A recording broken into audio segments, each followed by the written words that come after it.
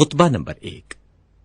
اس خطبے میں امیر المومنین علیہ السلام نے مختلف مجلسوں، معرکوں اور پیش آنے والے حادثوں میں خطبوں کے انداز میں ارشاد فرمایا ہے۔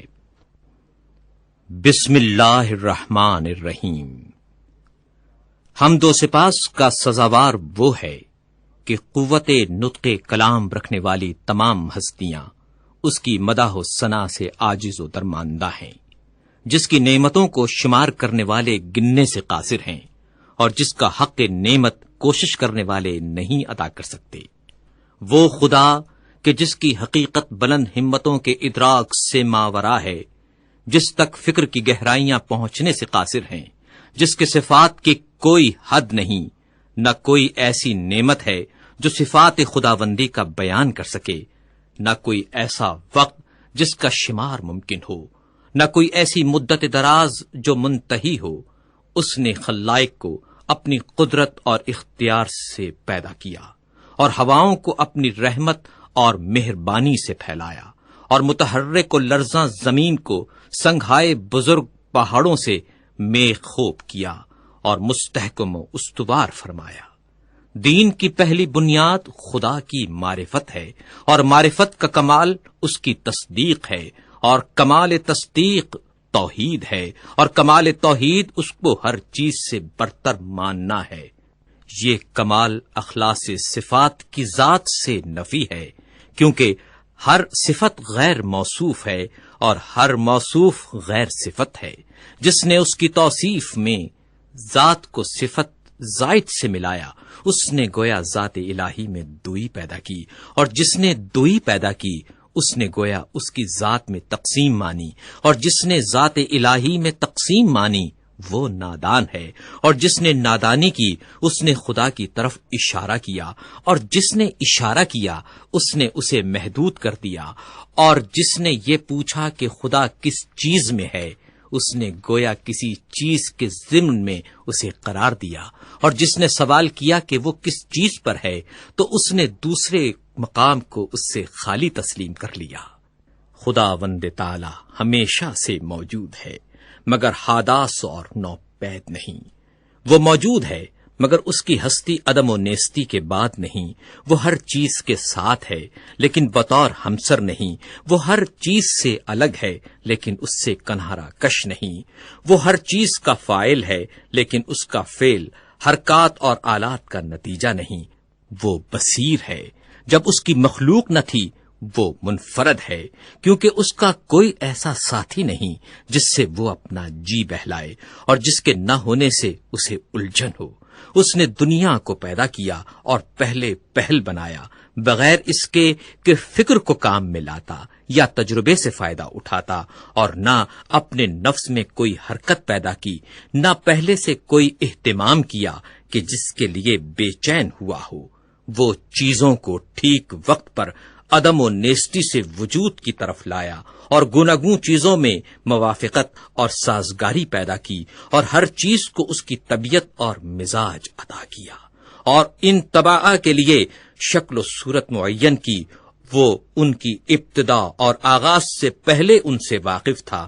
اس کا علم ان کے حدود اور انتہا کو محیط تھا، ان کی حالت اور پوشیدہ کیفیت سے آشنا تھا۔ پھر خدائے بزرگ و برتر نے زمین و آسمان کے درمیان اور جوا، فضا و اطراف اور شگوفوں میں شگاف اور آسمان سے دھلی ہوئی ہوا پیدا کی۔ اس جوا فضا میں متلاطم پانی جاری کیا جس کی موجیں بڑھ بڑھ کر بلند ہو رہی تھیں۔ اس پانی کو باد تند کی پیٹھ پر سوار کیا جو ہر چیز کو متزلزل کیے دیتی تھیں۔ ہوا کو حکم دیا کہ وہ پانی کو گرنے سے روکے اور اسے پانی کے زور پر مسلط کر دیا، اور اسی ہوا سے پانی کی حد بندی کر دی۔ ہوا کا دامن دور تک پھیلایا تھا اور پانی اس کے اوپر اچھل رہا تھا۔ پھر خدا نے ایک ایسی ہوا چلائی جو خشک تھی اور اسے پانی کے ساتھ ساتھ کر دیا۔ اس کی رفتار بہت تیز تھی۔ خدا نے ہوا کو حکم دیا کہ اس پانی کو حرکت دیتی رہے اور موجوں کو ابھار کر اوپر کی طرف پھینک دے۔ ہوا نے اس پانی کو اس طرح متھا جیسے مشک میں دودھ متھا جاتا ہے، اور یوں یہ پانی کے نچلے حصے کو اوپر کی طرف پلٹانے لگی اور ساکن کو متحرک سے ملانے لگی، یہاں تک کہ پانی کی چوٹی بلند ہو گئی اور تہ بتہ پانی پر پھبن اٹھایا، اور پھر اس پانی کو شگاف دی ہوئی اور کشادہ فضا میں بلند کیا، جس سے 7 آسمان بنائے، آسمان زیریں کو ایک جمی ہوئی اور رکی ہوئی موج قرار دیا، اور آسمان بالا کو ایک محفوظ چھت اور بنائے مرفوع بنا دیا، آسمان کو بغیر کسی ستون کے روکے اور بغیر میخ کے اپنی جگہ پر قائم رکھا۔ پھر خدائے بزرگ و برتر نے اس آسمان کو چمکتے ہوئے ستاروں اور دمکتے ہوئے تاروں سے مزین کیا، اور اس میں چراغ نور افشاں یعنی خورشید و ماہ درخشاں کو رواں دواں کیا۔ یہ ساری چیزیں گھومتے ہوئے آسمان، رواں دواں چھت اور لوح متحرک میں تھیں۔ پھر خدا نے بلند آسمانوں کے بیچ میں شگاف دیا اور ان خلاؤں کو فرشتوں کی مختلف قسموں سے پر کر دیا۔ ان فرشتوں میں کچھ حالت سجدہ میں ہیں، رکوع نہیں کرتے، کچھ مصروف رکوع ہیں اور کھڑے نہیں ہوتے۔ ان میں ایک گروہ صف بستہ کھڑا ہے جو اپنی جگہ سے ہلتا تک نہیں۔ کچھ وہ فرشتے ہیں کہ تسبیح خوانی میں مصروف ہیں مگر ذرا نہیں تھکتے۔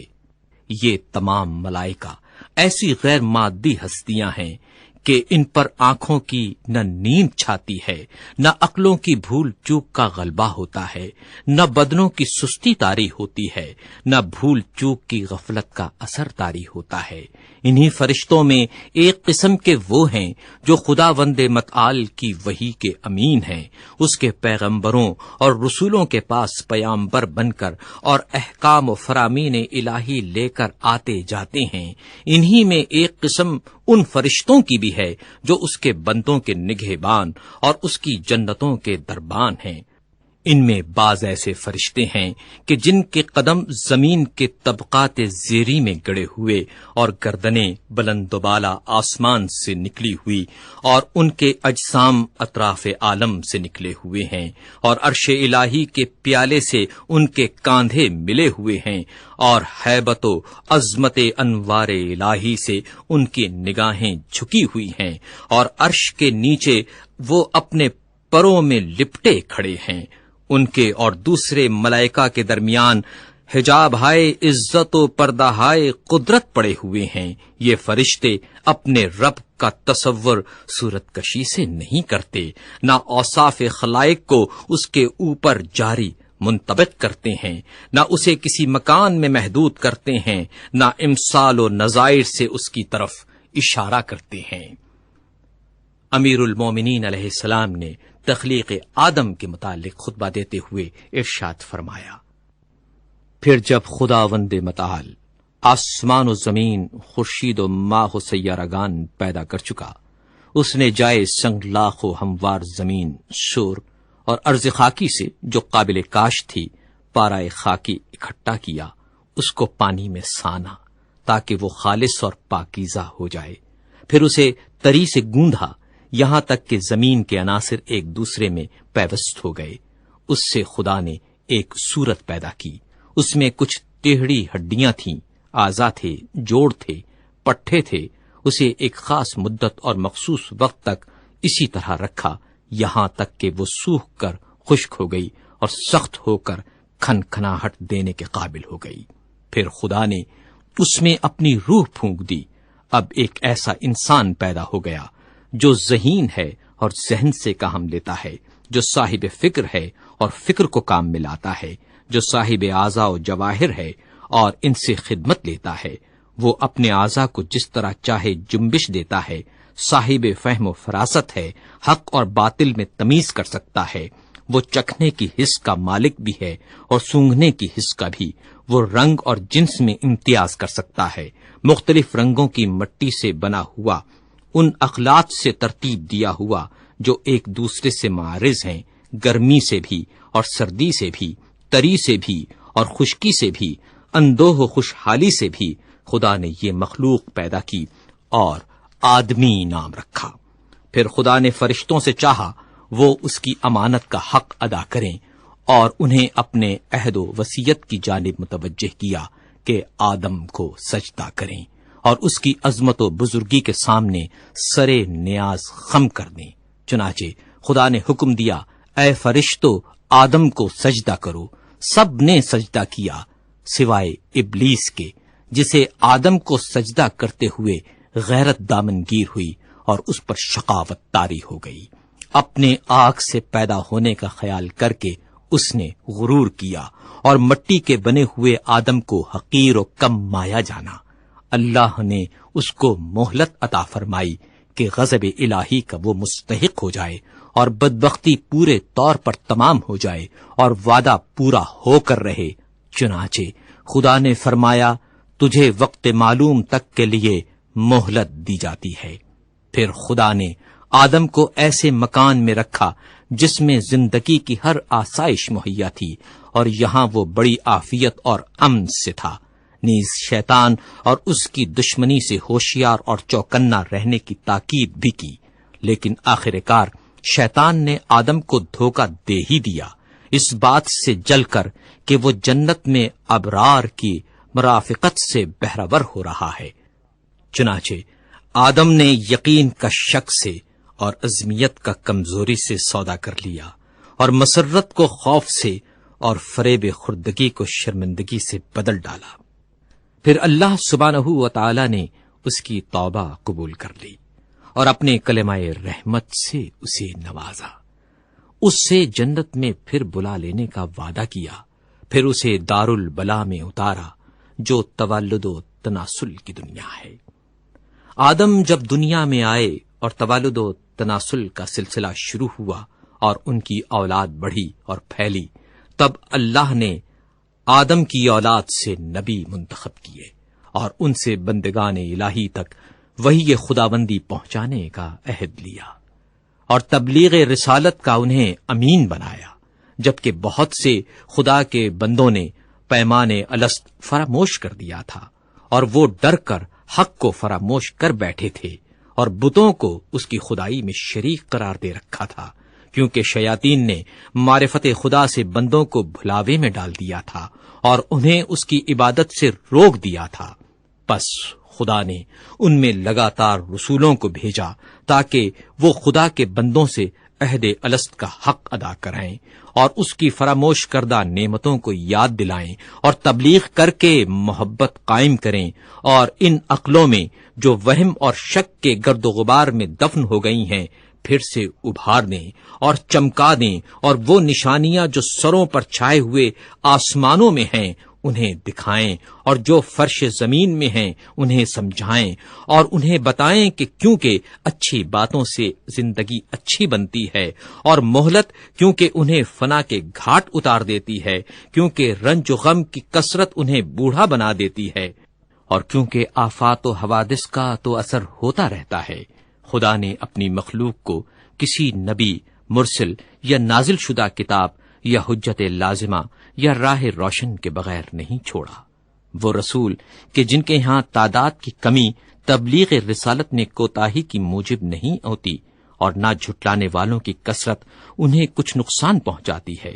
کچھ رسول آئے جنہوں نے پہلے والے رسولوں کی خبر دی اور بعد میں آنے والوں کی تصدیق کی، یوں ہی قرن گزرے اور صدیاں بیت گئیں اور زمانے گزرتے رہے اور آباء و اجداد آئے اور گئے، ان کی نسلیں گزریں، یہاں تک کہ خداوند قدوس نے محمد صلی اللہ علیہ وآلہ وسلم کو بھیجا تاکہ اس کا وعدہ پورا ہو جائے اور اس کی نبوت ختم ہو جائے۔ انبیاء سے اس نے اس رسول صلی اللہ علیہ وآلہ وسلم کے بارے میں عہد لے لیا تھا، ان کی علامتیں مشہور اور ولادت باعزت ہے۔ جب حضرت صلی اللہ علیہ وآلہ وسلم تشریف لائے تو دنیا میں ملل متفرقہ اور اقوام منتشرہ کی کثرت تھی۔ مختلف فرقے تھے، بعض وہ کہ خدا کو بندوں سے تشبیہ دیتے تھے اور اسے مخلوقات کی طرح جانتے تھے، بعض وہ تھے جو اس کے نام میں تحریف کرتے تھے جو اس کی ذات سے کوئی تعلق نہیں رکھتے تھے، کچھ ایسے جو اس کے علاوہ کسی غیر کے لیے رائے دیتے تھے۔ رسول صلی اللہ علیہ وآلہ وسلم نے انہیں گمراہی سے ہدایت کی طرف نکالا، انہوں نے انہیں جہالت سے بچایا۔ پھر خدا نے چاہا اپنے رسول صلی اللہ علیہ وآلہ وسلم سے ملاقات کرے، وہ اپنے رسول صلی اللہ علیہ وآلہ وسلم سے راضی تھا۔ اس نے اپنے رسول کو اس بات سے ماورا سمجھا کہ وہ دنیا میں رہے اور اس کی سختیاں سہے، لہذا اسے کرامات اور بزرگی کے ساتھ اٹھا لیا صلی اللہ علیہ وآلہ وسلم۔ پھر حضرت صلی اللہ علیہ وآلہ وسلم نے تم میں وہی چھوڑا جو اور انبیاء نے اپنی امتوں میں چھوڑا تھا، کیونکہ گزشتہ انبیاء نے اپنی امتوں کو یوں ہی بغیر کسی روشن راستے اور مستقل نشانی کے نہیں چھوڑا تھا۔ تمہارے رب کی کتاب اب رسول صلی اللہ علیہ وآلہ وسلم کی وفات کے بعد تمہارے پاس ہے۔ رسول اللہ صلی اللہ علیہ وآلہ وسلم نے اس کے حلال و حرام کو واضح کر دیا، اس کے فرائض و فضائل کو، اس کے ناسخ اور منسوخ کو، اس کی رخصت اور عظمیت کو، اس کے خاص اور عام، اس کے عبر و امثال کو، اس کے مرسل اور محدود کو، اس کے حکم اور متشابہ کو اچھی طرح کھول کر بتا دیا، اس کے مجملات کی تفسیر کر دی، اس کے اسرار اور گہرائیوں کو ظاہر کر دیا۔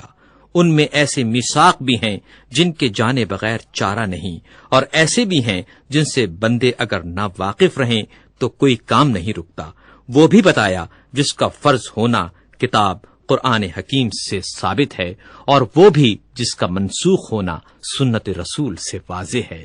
وہ باتیں بھی بتائیں جن کا اختیار کرنا از روئے سنت واجب ہے، اور کتاب قرآن میں اس کے ترک کرنے کی رخصت ہے، نیز یہ بھی کہ کیا چیز وقتی حیثیت سے واجب ہے مگر آئندہ زمانے میں ان کا واجب ہونا ضروری نہیں رہا۔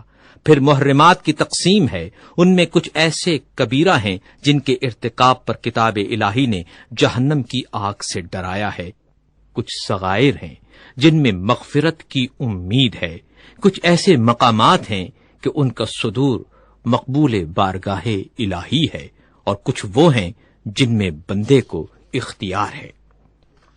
امیر المومنین علیہ السلام نے پہلے خطبے میں حج کا ذکر کرتے ہوئے ارشاد فرمایا، خدا نے تم پر اپنے گھر کعبے کا حج فرض کر دیا ہے، وہ گھر جسے دنیا بھر کے لیے قبلہ بنایا ہے۔ اس کی طرف لوگ یوں لپکتے ہیں جس طرح چوپائے گھاٹ پر ٹوٹ پڑیں، اور اس طرح شوق سے یہاں ٹوٹ کر آتے ہیں جیسے کبوتروں کی ٹکڑی۔ اس حج کو اس نے اپنی جلالت کے سامنے بندوں کی فروتنی کی پہچان قرار دیا ہے۔ اس نے اپنی مخلوق سے ان لوگوں کو چن لیا ہے جو اس کی آواز سنتے ہیں، جو اس کی دعوت پر لبیک کہتے ہیں، جو اس کے قول کی تصدیق کرتے ہیں، اور اس کے نبیوں کے مقامات پر کھڑے ہو کر ایسے دکھائی دیتے ہیں جیسے وہ ملائکہ جو عرش الہی کے طواف میں مصروف رہتے ہیں۔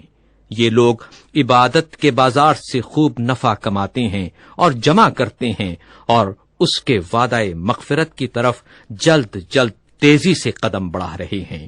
اس گھر کو خدا نے اسلام کی نشانی قرار دیا ہے، یہ پناہ لینے والوں کے لیے جائے پناہ ہے۔ اس نے حج کو فرض قرار دیا ہے اور اس کے حق کو واجب کردانا ہے، اور اس کی زیارت تم پر لازم کر دی ہے۔ چنانچہ خدائے بزرگ و برتر فرماتا ہے، اللہ کی طرف سے ان لوگوں پر حج فرض ہے جو زاد راہ رکھتے ہیں، اور جس نے انکار کیا تو خدا سارے عالم سے بے نیاز ہے۔ خطبہ نمبر 2۔ امیر المومنین حضرت علی علیہ السلام نے صفین سے واپس آنے پر خطبہ ارشاد کرتے ہوئے فرمایا، بسم اللہ الرحمن الرحیم۔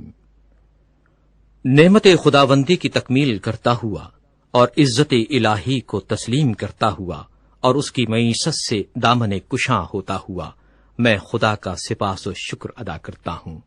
احتیاج اور ضرورت کے سلسلے میں اسی سے کمک کا طالب ہوں کہ وہ کفایت کرے۔ جسے اس نے ہدایت دی وہ گمراہ نہیں ہو سکتا، جس سے اس نے دشمنی کی وہ نجات نہیں پاتا، جس کو وہ کافی ہوا پھر وہ منتشر اور پراگندہ نہیں ہو سکتا۔ بلا شبہ شکر کا پلہ سب سے گراں ہے، اور سب سے اچھا سرمایہ ہے جو جمع کیا گیا، اور میں شہادت دیتا ہوں کہ خدا کے سوا دوسرا کوئی معبود نہیں، وہ ایک ہے اور اس کا کوئی شریک و ہمتا نہیں۔ یہ وہ گواہی ہے جس کا اخلاص پرکھ لیا گیا، جس کا اعتقاد شعبہ شرک سے پاک ہے۔ زندگی بھر میں اسی سے وابستہ رہوں گا، خطرے کے مقامات اور دہشت کے اوقات کے لیے اسے محفوظ رکھوں گا، اس لیے کہ یہ شہادت ایمان کی عظیمت، احسان کا آغاز، رضائے الہی اور شیطان کو فرار پر مجبور کر دینے والی چیز ہے۔ نیز میں گواہی دیتا ہوں کہ محمد صلی اللہ علیہ وآلہ وسلم اللہ کے بندے اور اس کے رسول تھے، جنہیں خدائے بزرگ و برتر نے دین مشہور اسلام، علم معصور، کتاب مستور، نور ساطع، ضیاء العم اور حکم محکم کے ساتھ بھیجا، تاکہ شبہات برطرف ہوں اور کھلے ہوئے واضح اور محکم دلائل سے حجت کی جا سکے۔ آیات قرآن سے تنبیہ امم ماضیہ پر عذاب الہی سے ڈرائے، اس کا مقصد حاصل ہو۔ لوگ ایسے فتنوں میں مبتلا ہو گئے کہ دین کی رسی پارا پارا ہو گئی، ایمان و یقین کے ستون متزلزل ہو گئے، اصل دین اخلاقی مسئلہ بن گیا اور کار دین دھرم و بھرم ہو گئے۔ فتنوں سے بچ نکلنے کا راستہ تنگ اور راہ ہدایت پر آنے کی راہ تاریک ہو گئی، ہدایت گمنامی ہو گئی اور کوری و گمراہی عام ہو گئی، خدا کی نافرمانی کی گئی، شیطان کی مدد کی گئی، ایمان بے یار و مددگار رہ گیا، اس کے ستون گر گئے، آثار و نشانات بدل گئے، اس کے رستے خراب اور راہیں نابود ہو گئیں۔ لوگوں نے شیطان کی پیروی اختیار کر لی، اسی شیطانی راستے پر قدم فرسائی کرنے لگے، اسی کے سر چشمے پر ڈیرا ڈال دیا۔ پھر یہ لوگ اس کے پرچم لہراتے آگے بڑھے، شیطان کا پرچم ایسے دور فتن میں بلند ہوا کہ ان فتنوں نے لوگوں کو پامال کر دیا اور اپنے گھروں سے رون دیا، اور پھر اپنے پنجوں کے بل کھڑا ہو گیا۔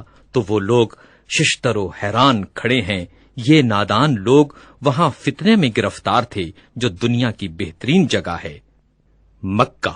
البتہ اس کے ہمسائے اہل مکہ بدترین ہیں، جن کا خواب بے خوابی اور جن کا سرما چشم گریا ہے۔ یہ سب کچھ اس سرزمین پر مکہ میں ہوا جہاں دانا کی زبان بند اور نادان باعزت و ارجمند ہیں۔ امیر المومنین حضرت علی علیہ السلام نہج البلاغہ کے خطبہ نمبر 7 میں ارشاد فرماتے ہیں، انہوں نے اپنے ہر کام کا کرتا دھرتا شیطان کو بنا رکھا ہے، اور اس نے ان کو اپنا آلائے کار بنا لیا ہے۔ اس نے ان کے سینوں میں انڈے دیے ہیں اور بچے نکالے ہیں، اور انہی کی گود میں وہ بچے رینگتے اور اچھلتے کودتے ہیں۔ وہ دیکھتا ہے تو ان کی آنکھوں سے اور بولتا ہے تو ان کی زبانوں سے۔ اس نے انہیں خطاؤں کی راہ پر لگا لیا ہے اور بری باتیں سچ کر ان کے سامنے رکھی ہیں، جیسے اس نے انہیں اپنے تسلط میں شریک بنا لیا ہو اور انہی کی زبانوں سے اپنے کلام باطل کے ساتھ بولتا ہو۔ امیر المومنین حضرت علی علیہ السلام نہج البلاغہ کے خطبہ نمبر 11 میں ارشاد فرماتے ہیں، یہ خطبہ جنگ جمل میں علم اپنے فرزند محمد بن حنفیہ کو دیتے وقت ارشاد فرمایا۔ آپ فرماتے ہیں، پہاڑ اپنی جگہ چھوڑ دیں مگر تم اپنی جگہ سے نہ ہٹنا، اپنے دانتوں کو بھینچ لینا، اپنا کاسہ سر اللہ کو عاریتن دے دینا، اپنے قدم زمین میں گاڑ دینا، لشکر کی آخری صفوں پر اپنی نظر رکھنا اور دشمن کی کثرت و طاقت سے آنکھوں کو بند کر لینا، اور یقین رکھنا کہ مدد اللہ ہی کی طرف سے ہوتی ہے۔ خطبہ نمبر 17۔ امیر المومنین حضرت علی علیہ السلام اپنے اس خطبے میں ارشاد فرماتے ہیں، یہ خطبہ اس مقام پر دیا گیا جب مدینے میں آپ کی بیعت ہوئی۔ آپ فرماتے ہیں، میں اپنے قول کا ذمہ دار اور اس کی صحت کا ضامن ہوں۔ جس شخص کو اس کے دیدہ عبرت نے گزشتہ عقوبتیں واضح طور سے دکھا دی ہوں، اسے تقوی شبہات میں اندھا دھند کودنے سے روک لیتا ہے۔ تمہیں جاننا چاہیے کہ تمہارے لیے وہی ابتلاعات پھر سے پلٹ آئے ہیں، جو رسول صلی اللہ علیہ وآلہ وسلم کی بعثت کے وقت تھے، اس ذات کی قسم جس نے رسول صلی اللہ علیہ وآلہ وسلم کو حق و صداقت کے ساتھ بھیجا، تم بری طرح تہوبالا کیے جاؤ گے اور اس طرح چھانٹے جاؤ گے جس طرح چھلنی سے کسی چیز کو چھانا جاتا ہے، اور اس طرح خلط ملط کیے جاؤ گے جس طرح چمچے سے ہنڈیا، یہاں تک کہ تمہارے ادنا اعلی اور اعلی ادنا ہو جائیں گے، جو پیچھے تھے آگے بڑھ جائیں گے اور جو ہمیشہ آگے رہتے تھے وہ پیچھے چلے جائیں گے۔ خدا کی قسم میں نے کوئی بات پردے میں نہیں رکھی، نہ کبھی کذب بیانی سے کام دیا۔ مجھے اس مقام اور اس دن کی پہلے ہی سے خبر دی جا چکی ہے۔ معلوم ہونا چاہیے کہ گناہ ان سرکش گھوڑوں کے مانند ہیں جن پر ان کے سواروں کو سوار کر دیا گیا ہو اور باغیں بھی ان کی اتار دی گئی ہوں اور وہ لے جا کر انہیں دوزخ میں پھاند پڑیں، اور تقویٰ رام کی ہوئی سواریوں کے مانند ہے جن پر ان کے سواروں کو سوار کیا گیا ہو، اس طرح کے باغیں ان کے ہاتھ میں دے دی گئی ہوں اور وہ انہیں با اطمینان لے جا کر جنت میں اتار دیں۔ ایک حق ہوتا ہے اور ایک باطل، اور کچھ حق والے ہوتے ہیں کچھ باطل والے۔ اب اگر باطل زیادہ ہو گیا تو یہ پہلے بھی بہت ہوتا رہا ہے، اور اگر حق کم ہو گیا تو بسا اوقات ایسا ہوا ہے اور بہت ممکن ہے کہ وہ اس کے بعد باطل پر چھا جائے، اگرچہ ایسا کم ہی ہوتا ہے کہ کوئی چیز پیچھے ہٹ کر آگے بڑھے۔ اسی خطبے کا ایک حصہ یہ ہے۔ امیر المومنین علیہ السلام اپنے اس خطبے میں ارشاد فرماتے ہیں، جس کے پیش نظر دوزخ و جنت ہو اس کی نظر کسی اور طرف نہیں اٹھ سکتی۔ جو تیز قدم دوڑنے والا ہے اور نجات یافتہ ہے، اور جو طلبگار ہو مگر سست رفتار، اسے بھی توقع ہو سکتی ہے، مگر جو ارادتاً کوتاہی کرنے والا ہو اسے تو دوزخ ہی میں گرنا ہے۔ دائیں بائیں گمراہی کی راہیں ہیں اور درمیانی راستہ ہی صراط مستقیم ہے۔ اس راستے پر اللہ کی ہمیشہ رہنے والی کتاب اور نبوت کے آثار ہیں، اسی سے شریعت کا نفاذ و اجرا ہوا اور اسی کی طرف آخر کار بازگشت ہے۔ جس نے غلط ادا کیا وہ تباہ و برباد ہوا، اور جس نے افطرا باندھا وہ ناکام و نامراد رہا۔ جو حق کے مقابلے میں کھڑا ہوتا ہے تباہ ہو جاتا ہے، اور انسان کی جہالت اس سے بڑھ کر کیا ہوگی کہ وہ اپنی قدر و منزلت کو نہ پہچانے۔ وہ اصل و اساس جو تقویٰ پر ہو برباد نہیں ہوتی، اور اس کے ہوتے ہوئے کسی قوم کی کشت عمل بے آب و خشک نہیں رہتی۔ تم اپنے گھر کے گوشوں میں چھپ کر بیٹھ جاؤ، آپس کے جھگڑوں کی اصلاح کرو، توبہ تمہارے عقد میں ہے۔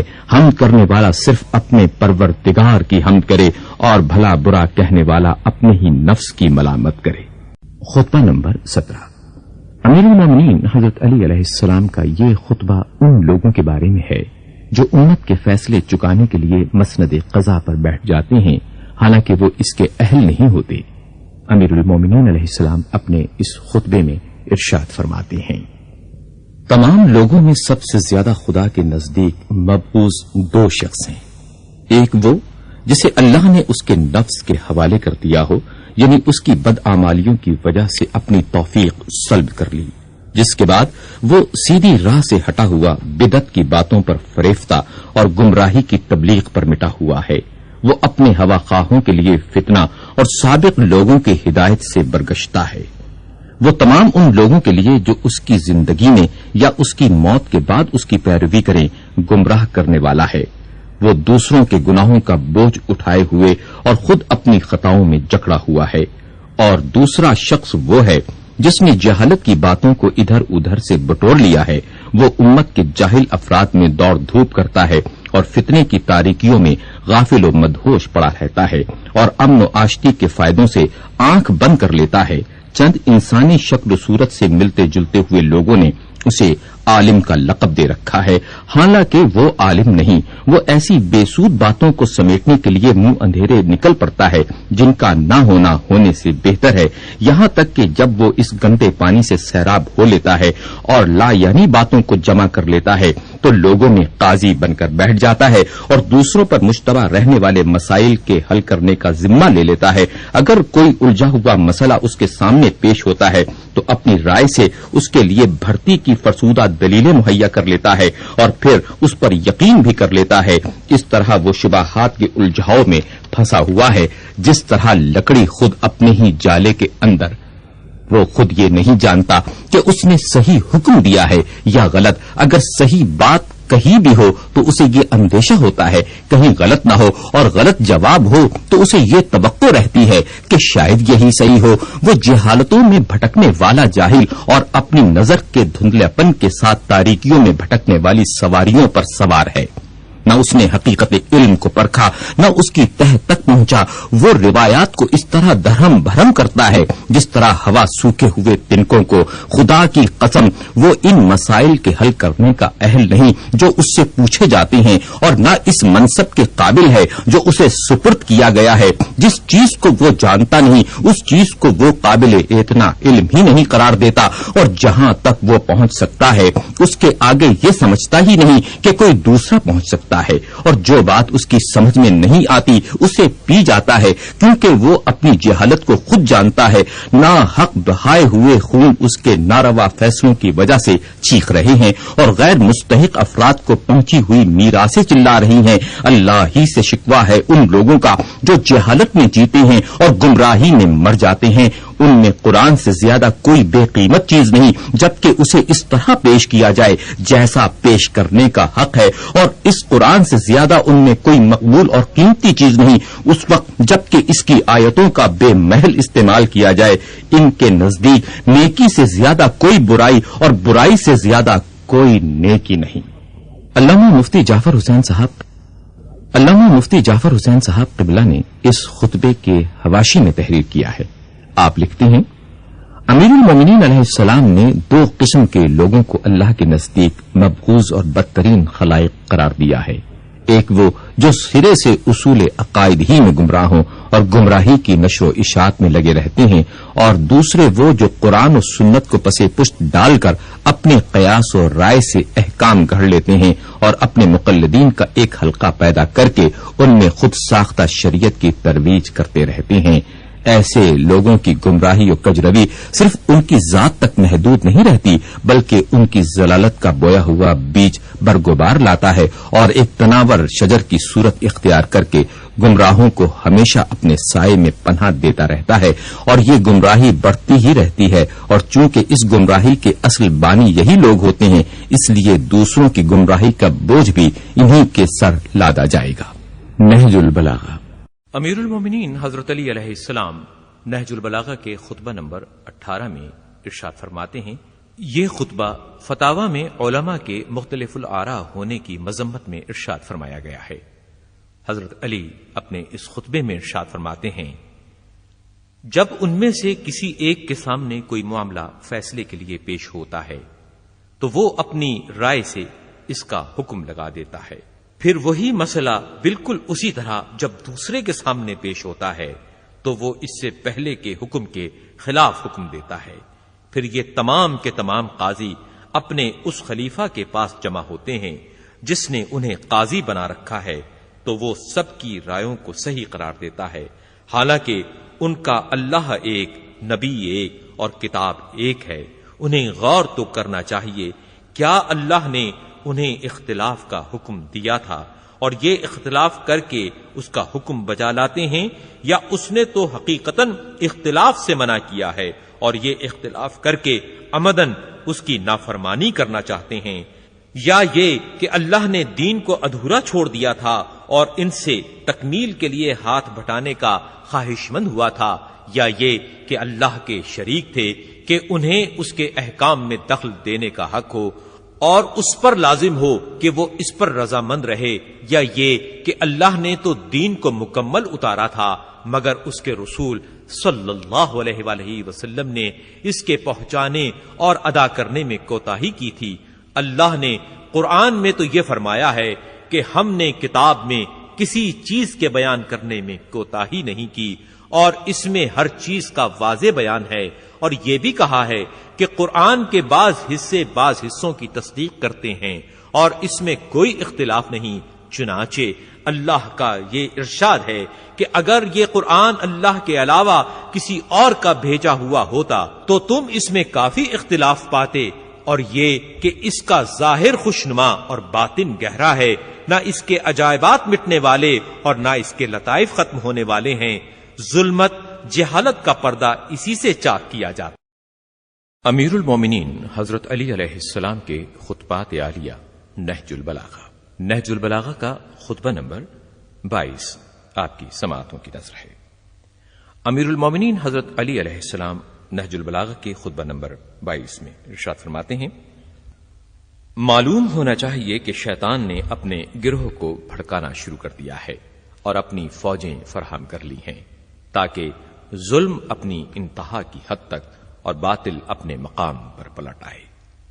امیر المومنین حضرت علی علیہ السلام ارشاد فرماتے ہیں، خدا کی قسم انہوں نے مجھ پر کوئی سچا الزام نہیں لگایا ہے اور نہ انہوں نے میرے اور اپنے درمیان انصاف برتا۔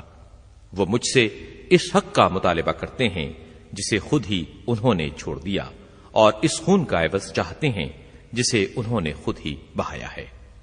اب اگر اس میں ان کا شریک تھا تو پھر اس میں ان کا بھی تو حصہ نکلتا ہے۔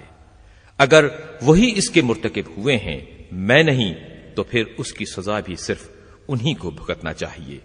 جو سب سے بڑی دلیل وہ میرے خلاف پیش کریں گے وہ انہی کے خلاف پڑے گی۔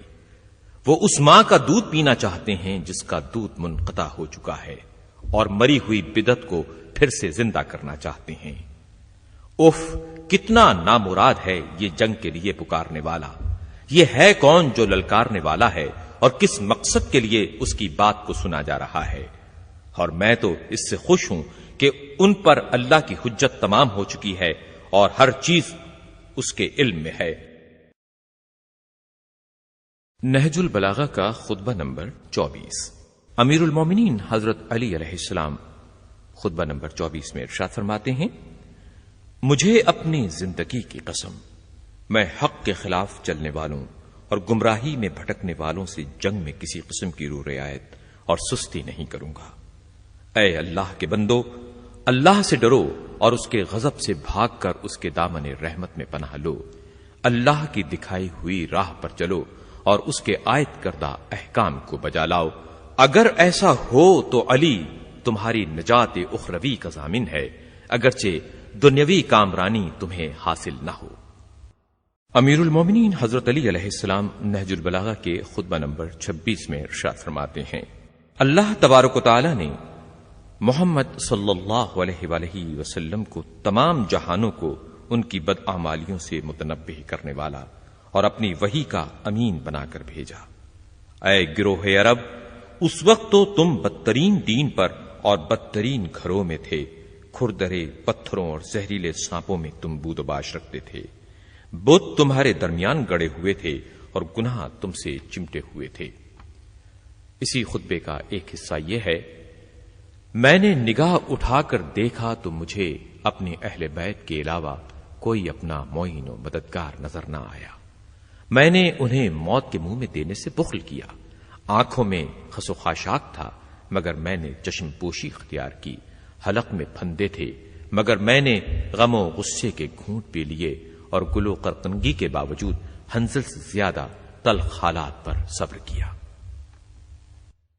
امیر المومنین حضرت علی علیہ السلام کی خطبات عالیہ نہج البلاغہ۔ نہج البلاغہ کا خطبہ نمبر 27۔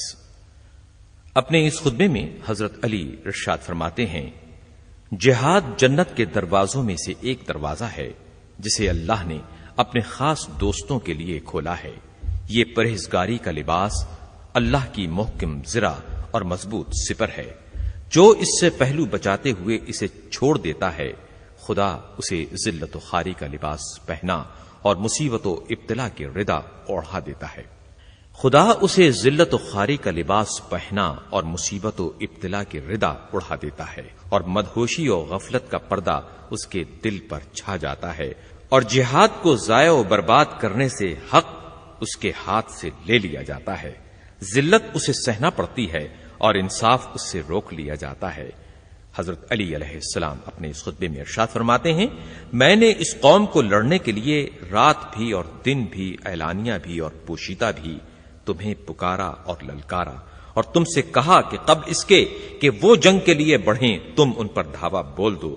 خدا کی قسم، جن افراد قوم پر ان کے گھروں کے حدود کے اندر ہی حملہ ہو جاتا ہے وہ ذلیل و خوار ہوتے ہیں، لیکن تم نے جہاد کو دوسروں پر ٹال دیا اور ایک دوسرے کی مدد سے پہلو بچانے لگے، یہاں تک کہ تم پر غارت گریاں ہوئیں اور تمہارے شہروں پر زبردستی قبضہ کر لیا گیا۔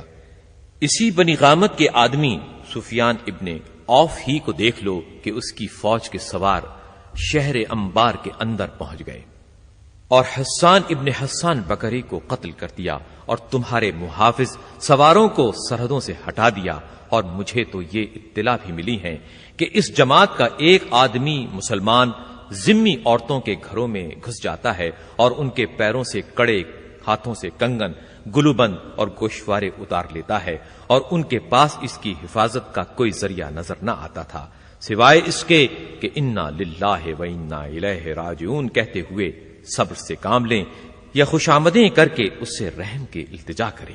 وہ لدے پھندے ہوئے پلٹ گئے، نہ کسی کے زخم آیا نہ کسی کا خون بہا۔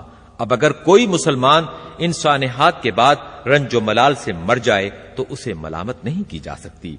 حضرت علی علیہ السلام اپنے اس خطبے میں ارشاد فرماتے ہیں، بلکہ میرے نزدیک ایسا ہی ہونا چاہیے۔ العجب ثم العجب، خدا کی قسم ان لوگوں کا باطل پر ایکا کر لینا اور تمہاری جمعیت کا حق سے منتشر ہو جانا دل کو مردہ کر دیتا ہے اور رنج و اندوہ بڑھا دیتا ہے۔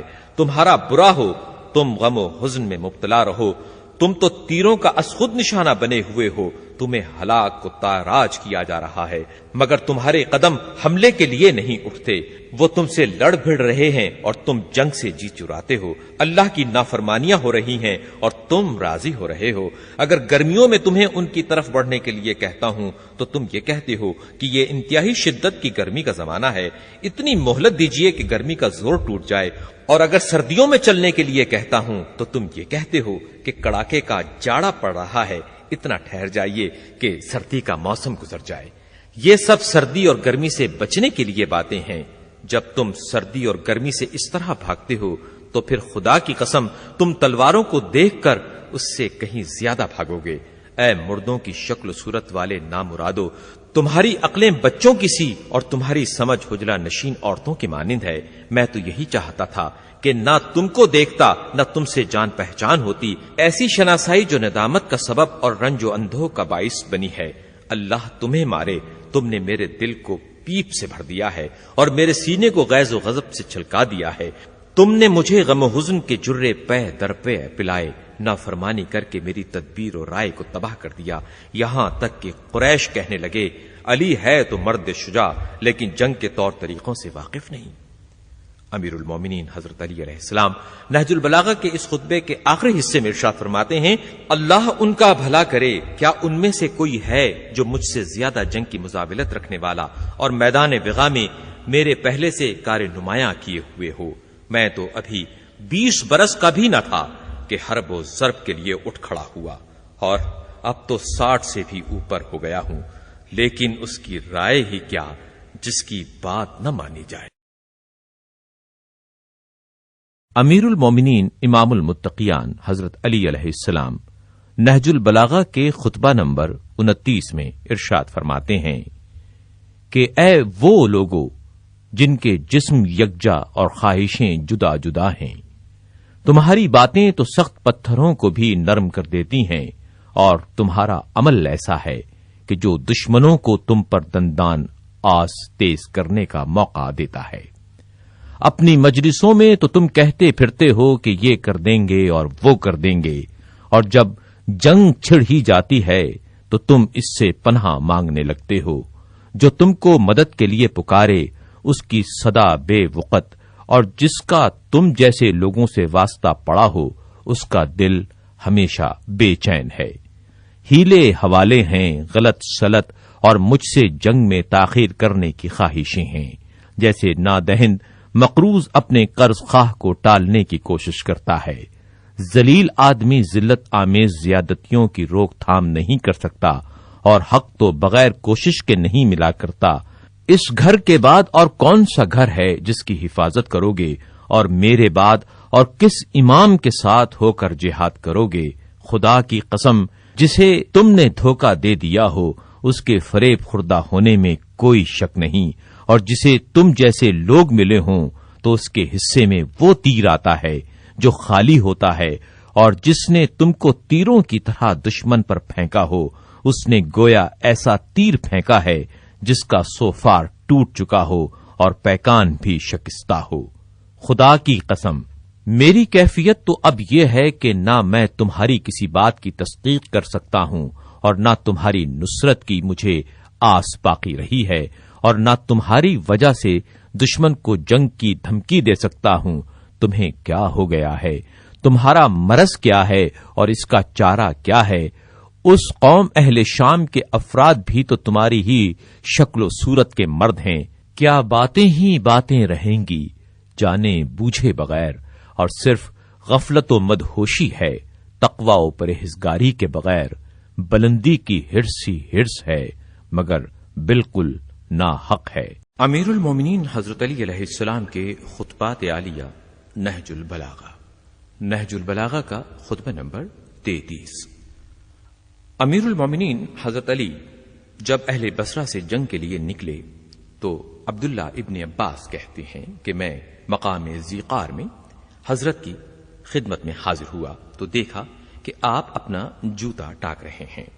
مجھے دیکھ کر فرمایا، اے ابن عباس، اس جوتے کی کیا قیمت ہوگی؟ میں نے کہا، اب تو اس کی کچھ بھی قیمت نہ ہوگی۔ حضرت امیر المومنین حضرت علی علیہ السلام نے فرمایا، اگر میرے پیش نظر حق کا قیام اور باطل کا مٹانا نہ ہو تو تم لوگوں پر حکومت کرنے سے یہ جوتا مجھے کہیں زیادہ عزیز ہے۔ پھر آپ باہر تشریف لائے اور یہ خطبہ ارشاد کیا۔ نہج البلاغہ کا خطبہ نمبر 33۔ حضرت علی فرماتے ہیں، اللہ نے محمد صلی اللہ علیہ وآلہ وسلم کو اس وقت بھیجا کہ جب عربوں میں نہ کوئی کتاب آسمانی کا پڑھنے والا تھا، نہ کوئی نبوت کا دعوے دار۔ آپ نے ان لوگوں کو ان کے صحیح مقام پر اتارا اور نجات کی منزل پر پہنچا دیا، یہاں تک کہ ان کے سارے خم جاتے رہے اور حالات محکم و استوار ہو گئے۔ حضرت علی ارشاد فرماتے ہیں، خدا کی قسم میں بھی انہی لوگوں میں تھا جو اس صورتحال میں انقلاب پیدا کر رہے تھے، یہاں تک کہ انقلاب مکمل ہو گیا۔ میں نے اس کام میں نہ کمزوری دکھائی نہ بزدلی سے کام لیا، اور اب میرا بھی اقدام ویسے ہی مقصد کے لیے ہے تو صحیح جو میں باطل کو چیر کر حق کو اس کے پہلو سے نکال لوں۔ مجھے قریش سے وجہ نزع ہے ہی اور کیا۔ خدا کی قسم میں نے تو ان سے جنگ کی جبکہ وہ کافر تھے، اور اب بھی جنگ کروں گا جبکہ وہ باطل کے ورغلانے میں آ چکے ہیں، اور جس شان سے میں کل ان کا مد مقابل رہ چکا ہوں ویسا ہی آج ثابت ہوگا۔ امیر المومنین حضرت علی علیہ السلام کے خطبات عالیہ نہج البلاغہ۔ نہج البلاغہ کا خطبہ نمبر 34۔ امیر علیہ السلام نے لوگوں کو اہل شام سے آمادہ جنگ کرنے کے لیے یہ خطبہ ارشاد فرمایا۔ حضرت علی فرماتے ہیں، حیف ہے تم پر، میں تو تمہیں ملامت کرتے کرتے بھی اکتا گیا ہوں۔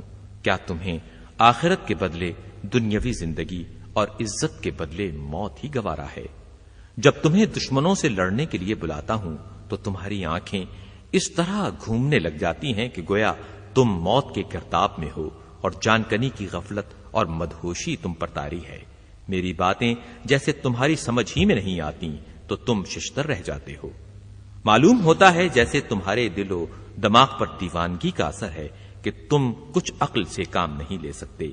تم ہمیشہ کے لیے مجھ سے اپنا اعتماد کھو چکے ہو، نہ تم کوئی قوی سہارا ہو کہ تم پر بھروسہ کر کے دشمن کی طرف رخ کیا جائے، اور نہ تم عزت و کامرانی کے وسیلے ہو کہ تمہاری ضرورت محسوس ہو۔ تمہاری مثال تو ان اونٹوں کی سی ہے جن کے چرواہے گم ہو گئے ہوں، اگر انہیں ایک طرف سے سمیٹا جائے تو دوسری طرف سے تتر بتر ہو جائیں گے۔ حضرت علی ارشاد فرماتے ہیں، خدا کی قسم تم جنگ کے شعلے بھڑکانے کے لیے بہت برے ثابت ہوئے ہو۔ تمہارے خلاف سب تدبیریں ہوا کرتی ہیں اور تم دشمنوں کے خلاف کوئی تدبیر نہیں کرتے۔ تمہارے شہر کے حدود دن بدن کم ہوتے جا رہے ہیں، مگر تمہیں غصہ نہیں آتا۔ وہ تمہاری طرف سے کبھی غافل نہیں ہوتے، اور تم ہو کہ غفلت میں سب کچھ بھولے ہوئے ہو۔ خدا کی قسم ایک دوسرے پر ٹالنے والے ہارا ہی کرتے ہیں۔ خدا کی قسم میں تمہارے متعلق یہی گمان رکھتا ہوں کہ اگر جنگ زور پکڑ لے اور موت کی گرم بازاری ہو تو تم ابن ابی طالب سے اس طرح کٹ جاؤ گے جس طرح بدن سے سر کے دوبارہ پلٹنا ممکن ہی نہ ہو۔ جو شخص کے اپنے دشمن کو اس طرح اپنے اوپر قابو دے دے کہ وہ اس کی ہڈیوں سے گوشت تک اتار ڈالے اور ہڈیوں کو توڑ دے اور کھال کو پارا پارا کر دے تو اس کا عجز انتہا کو پہنچا ہوا ہے اور سینے کی پسلیوں میں گھرا ہوا دل کمزور اور ناتما ہے۔ اگر تم ایسا ہونا چاہتے ہو تو ہوا کرو، لیکن میں تو ایسا اس وقت تک نہ ہونے دوں گا جب تک مقام مشارف کی تیز دھار تلواریں چلا نہ لوں کہ جس سے سر کی ہڈیوں کے پرخچے اڑ جائیں اور بازو اور قدم کٹ کٹ کر گرنے لگیں۔ اس کے بعد جو اللہ چاہے وہ کرے۔ امیر المومنین حضرت علی علیہ السلام اپنے اس خطبے میں ارشاد فرماتے ہیں، اے لوگو، ایک تو میرا تم پر حق ہے اور ایک تمہارا مجھ پر حق ہے کہ میں تمہاری خیر خواہی پیش نظر رکھوں اور بیت المال سے تمہیں پورا پورا حصہ دوں اور تمہیں تعلیم دوں کہ تم جاہل نہ رہو، اور اس طرح تمہیں تہذیب سکھاؤں کہ جس پر تم عمل کرو، اور میرا تم پر یہ حق ہے کہ بیعت کی ذمہ داریوں کو پورا کرو اور سامنے اور پس پشت خیر خواہی کرو۔ جب بلاؤں تو میری صدا پر لبیک کہو اور جب کوئی حکم دوں تو اس کی تعمیل کرو۔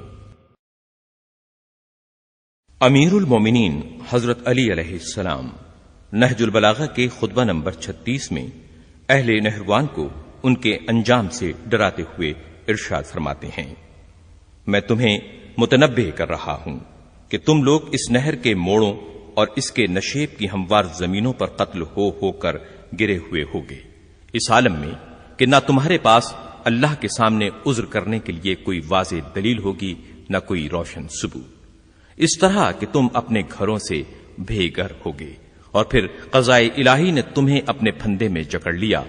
میں نے تو تمہیں پہلے ہی اس تحکیم سے روکا تھا، لیکن تم نے میرا حکم ماننے سے مخالف پیمان شکنوں کی طرح انکار کر دیا، یہاں تک کہ مجبوراً مجھے بھی اپنی رائے کو ادھر موڑنا پڑا جو تم چاہتے تھے۔ تم ایک ایسا گروہ ہو جس کے افراد کے سر عقلوں سے خالی اور فہم و دانش سے عاری ہیں۔ خدا تمہارا برا کرے، میں نے تمہیں نہ کسی مصیبت میں پھنسایا ہے نہ تمہارا برا چاہا تھا۔ امیر المومنین امام المتقیان حضرت علی علیہ السلام نہج البلاغہ کے خطبہ نمبر 39 میں ارشاد فرماتے ہیں کہ میرا ایسے لوگوں سے سابقہ پڑا ہے جنہیں حکم دیتا ہوں تو مانتے نہیں، بلاتا ہوں تو آواز پر لبیک نہیں کہتے۔ تمہارا برا ہو، اب اپنے اللہ کی نصرت کرنے میں تمہیں کس چیز کا انتظار ہے؟ کیا دین تمہیں ایک جگہ اکٹھا نہیں کرتا اور غیرت اور حمیت تمہیں جوش میں نہیں لاتی؟ میں تم میں کھڑا ہو کر چلاتا ہوں اور مدد کے لیے پکارتا ہوں، لیکن تم نہ میری کوئی بات سنتے ہو نہ میرا کوئی حکم مانتے ہو، یہاں تک کہ ان نافرمانیوں کے برے نتائج کھل کر سامنے آ جائیں۔ نہ تمہارے ذریعے خون کا بدلہ لیا جا سکتا ہے، نہ کسی مقصد تک پہنچا جا سکتا ہے۔ میں نے تم کو تمہارے ہی بھائیوں کی مدد کے لیے پکارا تھا، مگر تم اس اونٹ کی طرح بلبلانے لگے جس کی ناف میں درد ہو رہا ہو، اور اس لاغر و کمزور شتر کی طرح ڈھیلے پڑ گئے جس کی پیٹھ زخمی ہو۔ پھر میرے پاس تم لوگوں کی ایک چھوٹی سی متزلزل و کمزور فوج آئی اس عالم میں کہ گویا اسے اس کی نظروں کے سامنے موت کی طرف دھکیلا جا رہا ہے۔ امیر المومنین حضرت علی علیہ السلام نے جب خوارج کا قول لا حکم الا اللہ، حکم اللہ ہی کے لیے مخصوص ہے، سنا تو حضرت علی نہج البلاغہ کے خطبہ نمبر 40 میں ارشاد فرماتے ہیں، یہ جملہ تو صحیح ہے مگر جو مطلب وہ لیتے ہیں وہ غلط ہے۔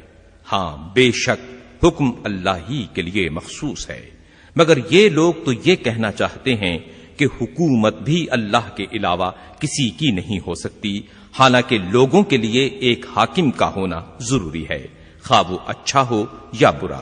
اگر اچھا ہوگا تو مومن اس کی حکومت میں اچھے عمل کر سکے گا، اور برا ہوگا تو کافر اس کے عہد میں لذائذ سے بہر اندوز ہوگا، اور اللہ اس نظام حکومت میں ہر چیز کو اس کی آخری حدوں تک پہنچا دے گا۔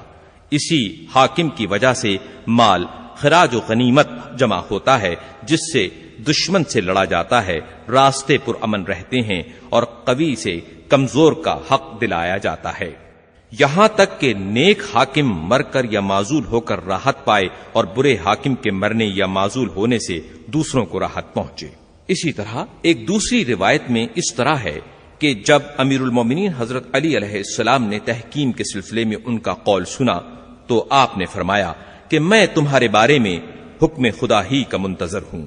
پھر فرمایا اگر حکومت نیک ہو تو اس میں متقی و پرہیزگار اچھے عمل کرتا ہے، بری حکومت ہو تو اس میں بدبخت لوگ جی بھر کر لطف اندوز ہوتے ہیں، یہاں تک کہ ان کا زمانہ ختم ہو جائے اور موت انہیں پالے۔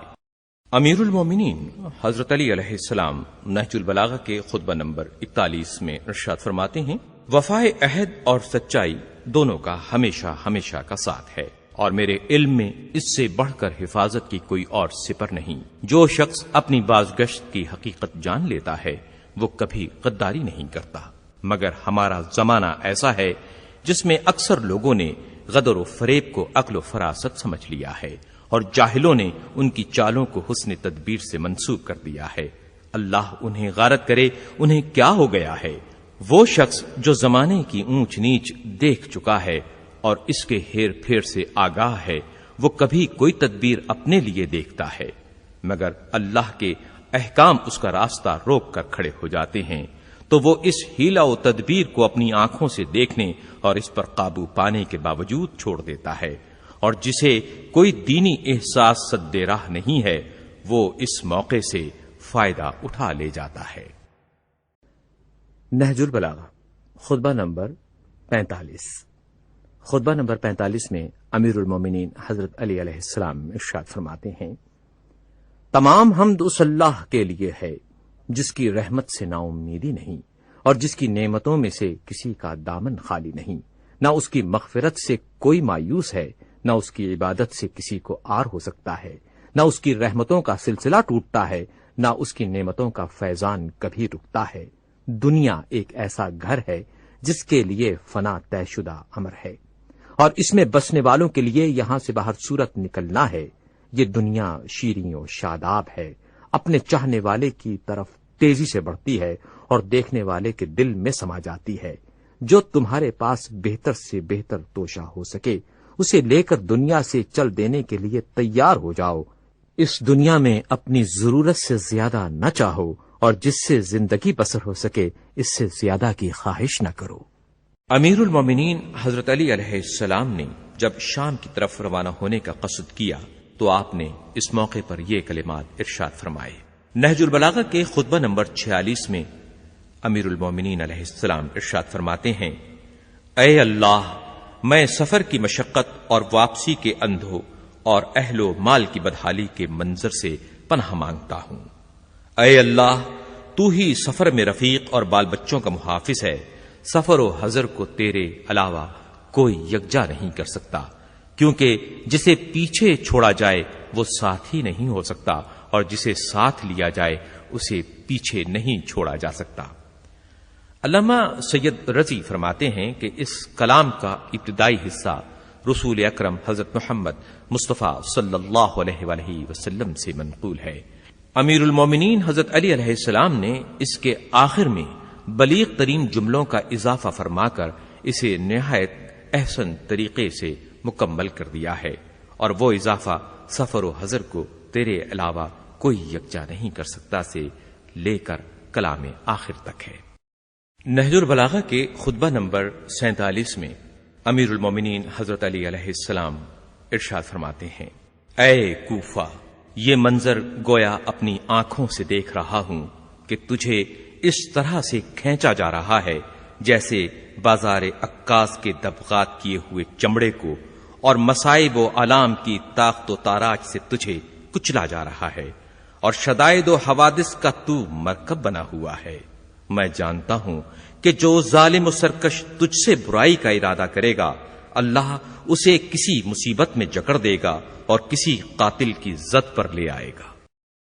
نہج البلاغہ خطبہ نمبر 49۔ خطبہ نمبر 49 میں امیر المومنین حضرت علی علیہ السلام ارشاد فرماتے ہیں، تمام حمد اس اللہ کے لیے ہے جو چھپی ہوئی چیزوں کی گہرائیوں میں اترا ہوا ہے، اس کے ظاہر و ہویدہ ہونے کی نشانیاں اس کے وجود کا پتہ دیتی ہیں، گو دیکھنے والے کی آنکھ سے وہ نظر نہیں آتا، پھر بھی نہ دیکھنے والی آنکھ اس کا انکار نہیں کر سکتی، اور جس نے اس کا اقرار کیا اس کا دل اس حقیقت کو نہیں پا سکتا، وہ اتنا بلند و برتر ہے کہ کوئی چیز اس سے بلند تر نہیں ہو سکتی، وہ اتنا قریب سے قریب تر ہے کہ کوئی شے اس سے قریب تر نہیں ہے، اور نہ اس کی بلندی نے اسے مخلوقات سے دور کر دیا ہے اور نہ اس کے قرب نے اسے دوسروں کی سطح پر لا کر ان کے برابر کر دیا ہے۔ اس نے عقلوں کو اپنی صفتوں کی حدود نہایت پر مطلع نہیں کیا اور ضروری مقدار میں معرفت حاصل کرنے کے لیے ان کے آگے پردے بھی حائل نہیں کیے۔ وہ ذات ایسی ہے کہ جس کے وجود کے نشانات اس طرح کہ اس کی شہادت دیتے ہیں کہ زبان سے انکار کرنے والے کا دل بھی اقرار کیے بغیر نہیں رہ سکتا۔ اللہ ان لوگوں کی باتوں سے بہت بلند اور برتر ہے جو مخلوقات سے اس کی تشبیہ دیتے ہیں اور اس کے وجود کا انکار کرتے ہیں۔ امیر المومنین حضرت علی علیہ السلام کے خطبات عالیہ نہج البلاغہ کا خطبہ نمبر 56۔ امیر علیہ السلام اپنے اس خطبے میں ارشاد فرماتے ہیں، ہم مسلمان رسول اکرم صلی اللہ علیہ وآلہ وسلم کے ساتھ ہو کر اپنے باپ، بیٹوں، بھائیوں اور چچاؤں کو قتل کرتے تھے، اس سے ہمارا ایمان بڑھتا تھا، اطاعت اور راہ حق کی پیروی میں اضافہ ہوتا تھا، اور کرب و علم کی سوزشوں پر صبر میں زیادتی ہوتی تھی، اور دشمنوں سے جہاد کرنے کی کوششیں بڑھ جاتی تھیں۔ جہاد کی صورت یہ تھی کہ ہم میں کا ایک شخص اور فوج دشمن کا کوئی سپاہی دونوں مردوں کی طرح آپس میں لڑتے بھڑتے تھے اور جان لینے کے لیے ایک دوسرے پر جھپٹ پڑتے تھے کہ کون اپنے حریف کو موت کا پیالہ پلاتا ہے۔ کبھی ہماری جیت ہوتی تھی اور کبھی ہمارے دشمن کی۔ چنانچہ جب خداوند عالم نے ہماری نیتوں کی سچائی دیکھ لی تو اس نے ہمارے دشمنوں کو رسوا و ذلیل کیا اور ہماری نصرت و تائید فرمائی، یہاں تک کہ اسلام سینہ ٹیک کر اپنی جگہ پر جم گیا اور اپنی منزل پر برقرار ہو گیا۔ حضرت علی اپنے اس خطبے میں ارشاد فرماتے ہیں، خدا کی قسم اگر ہم بھی تمہاری طرح کرتے تو نہ کبھی دین کا ستون گڑتا، نہ ایمان کا تنا برگبار لاتا۔ خدا کی قسم تم اپنے کیے کے بدلے میں دودھ کی بجائے خون دو گے اور آخر تمہیں ندامت و شرمندگی اٹھانا پڑے گی۔ امیر المومنین حضرت علی علیہ السلام نہج البلاغہ کے خطبہ نمبر 58 میں ارشاد فرماتے ہیں، آپ کا یہ کلام خوارج سے متعلق ہے۔ حضرت امیر علیہ السلام ارشاد فرماتے ہیں، تم پر سخت آندھیاں آئیں اور تم میں کوئی اصلاح کرنے والا باقی نہ رہے، کیا میں اللہ پر ایمان لانے اور رسول اللہ صلی اللہ علیہ وآلہ وسلم کے ساتھ ہو کر جہاد کرنے کے بعد اپنے اوپر کفر کی گواہی دے سکتا ہوں؟ پھر تو میں گمراہ ہو گیا اور ہدایت یافتہ لوگوں میں سے نہ رہا۔ تم اپنے پرانے بدترین ٹھکانوں کی طرف لوٹ جاؤ اور اپنی ایڑیوں کے نشانوں پر پیچھے کی طرف پلٹ آؤ۔ یاد رکھو کہ تمہیں میرے بعد چھا جانے والی ذلت اور کاٹنے والی تلوار سے دوچار ہونا ہے، اور ظالموں کے اس وتیرے سے سابقہ پڑنا ہے کہ وہ تمہیں محروم کر کے ہر چیز اپنے لیے مخصوص کر لیں۔ خطبہ نمبر 61۔ امیر المومنین امام المتقیان حضرت علی علیہ السلام اپنے اس خطبے میں ارشاد فرماتے ہیں، تمہیں معلوم ہونا چاہیے کہ دنیا ایسا گھر ہے کہ اس کے عواقب سے بچاؤ کا ساز و سامان اسی میں رہ کر کیا جا سکتا ہے، اور کسی ایسے کام سے جو صرف اسی دنیا کی خاطر کیا جائے نجات نہیں مل سکتی۔ لوگ اس دنیا میں آزمائش میں ڈالے گئے ہیں، لوگوں نے اس دنیا سے جو دنیا کے لیے حاصل کیا ہوگا اس سے الگ کر دیے جائیں گے اور اس پر ان سے حساب لیا جائے گا، اور جو اس دنیا سے آخرت کے لیے کمایا ہوگا اسے آگے پہنچ کر پالیں گے اور اسی میں رہیں سہیں گے۔ دنیا عقل مندوں کے نزدیک ایک بڑھتا ہوا سایہ ہے جسے ابھی بڑھا ہوا اور پھیلا ہوا دیکھ رہے تھے کہ دیکھتے ہی دیکھتے وہ گھٹ کر اور سمٹ کر رہ گیا۔ خطبہ نمبر 62۔ امیر علیہ السلام اپنے اس خطبے میں ارشاد فرماتے ہیں، اللہ کے بندو اللہ سے ڈرو اور موت سے پہلے اپنے اعمال کا ذخیرہ فراہم کر لو اور دنیا کی فانی چیزیں دے کر باقی رہنے والی چیزیں خرید لو. چلنے کا سامان کرو کیونکہ تمہیں تیزی سے لے جایا جا رہا ہے اور موت کے لیے آمادہ ہو جاؤ کہ وہ تمہارے سروں پر منڈلا رہی ہے. تمہیں ایسے لوگ ہونا چاہیے جنہیں پکارا گیا تو وہ جاگ اٹھے اور یہ جان لینے پر کہ دنیا ان کا گھر نہیں ہے اسے آخرت سے بدل لیا ہو، اس لیے کہ اللہ نے تمہیں بیکار پیدا نہیں کیا اور نہ اس نے تمہیں بے قید و بند چھوڑ دیا ہے. موت تمہاری راہ میں حائل ہے، اس کے آتے ہی تمہارے لیے جنت ہے یا دوزخ ہے.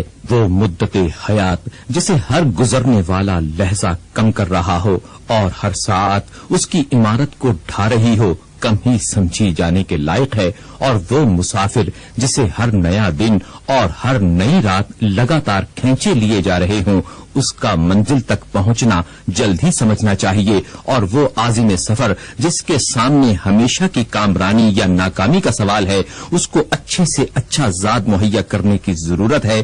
لہذا اس دنیا میں رہتے ہوئے اس سے اتنا توشہ آخرت لے لو جس کے ذریعے کل اپنے نفسوں کو بچا سکو، جس کی صورت یہ ہے کہ بندہ اپنے اللہ سے ڈرے اور اپنے نفس کے ساتھ خیر خواہی کرے، مرنے سے پہلے توبہ کرے، اپنی خواہشوں کو قابو میں رکھے چونکہ موت اس کی نگاہ سے اوجھل ہے اور امیدیں فریب دینے والی ہیں اور شیطان اس پر چھایا ہوا ہے جو گناہوں کو سچ کر اس کے سامنے لاتا ہے کہ وہ اس میں مبتلا ہو اور توبہ کی ڈھارس بندھاتا رہتا ہے کہ وہ اسے تعویق میں ڈالتا رہے یہاں تک کہ موت غفلت و بے خبری کی حالت میں اس پر اچانک ٹوٹ پڑتی ہے.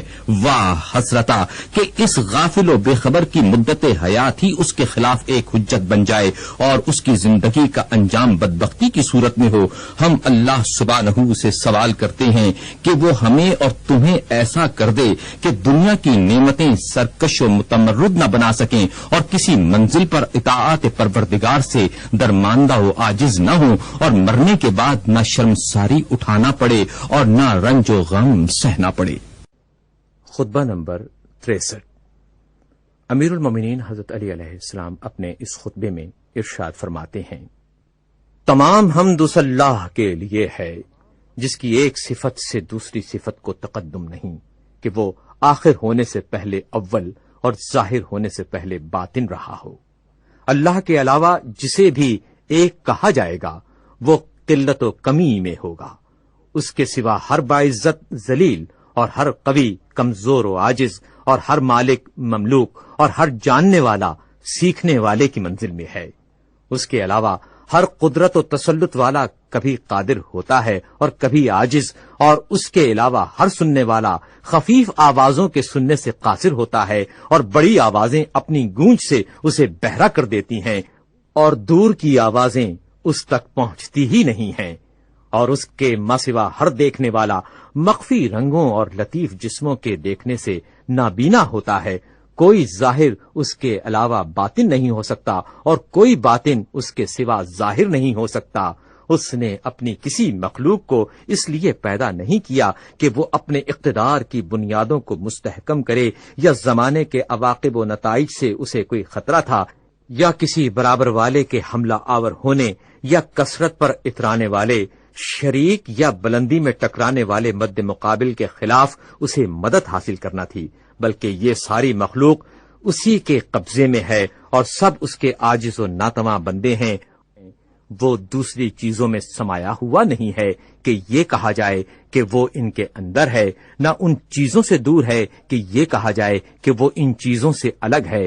ایجاد خلق اور تدبیر عالم نے اسے خستہ و درماندہ نہیں کیا اور نہ حسب منشا چیزوں کے پیدا کرنے سے عجز اسے دامنگیر ہوا اور نہ اسے اپنے فیصلوں اور اندازوں میں شبہ لاحق ہوا، بلکہ اس کے فیصلے مضبوط، علم محکم اور احکام قطعی ہیں. مصیبت کے وقت بھی اسی کی آس رہتی ہے اور نعمت کے وقت بھی اسی کا ڈر لگا رہتا ہے. خطبہ نمبر 88.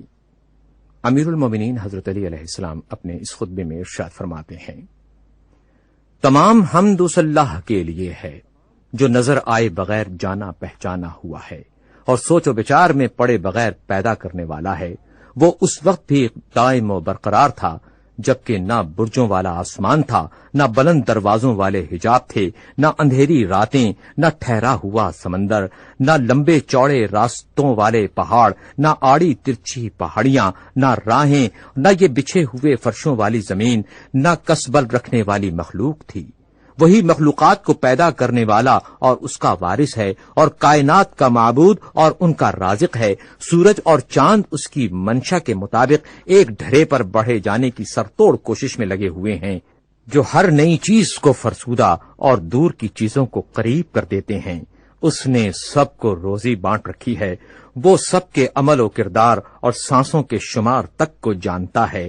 وہ چوری چھپی نظروں اور سینے کی مخفی نیتوں اور سلب میں ان کے ٹھکانوں اور شکم میں ان کے سونپے جانے کی جگہوں کا احاطہ کیے ہوئے ہے، یہاں تک کہ ان کی عمریں اپنی حدود انتہا کو پہنچ جائیں۔ وہ ایسی ذات ہے کہ رحمت کی وسعتوں کے باوجود اس کا عذاب دشمنوں پر سخت ہے، اور عذاب کی سختیوں کے باوجود دوستوں کے لیے اس کی رحمت وسیع ہے۔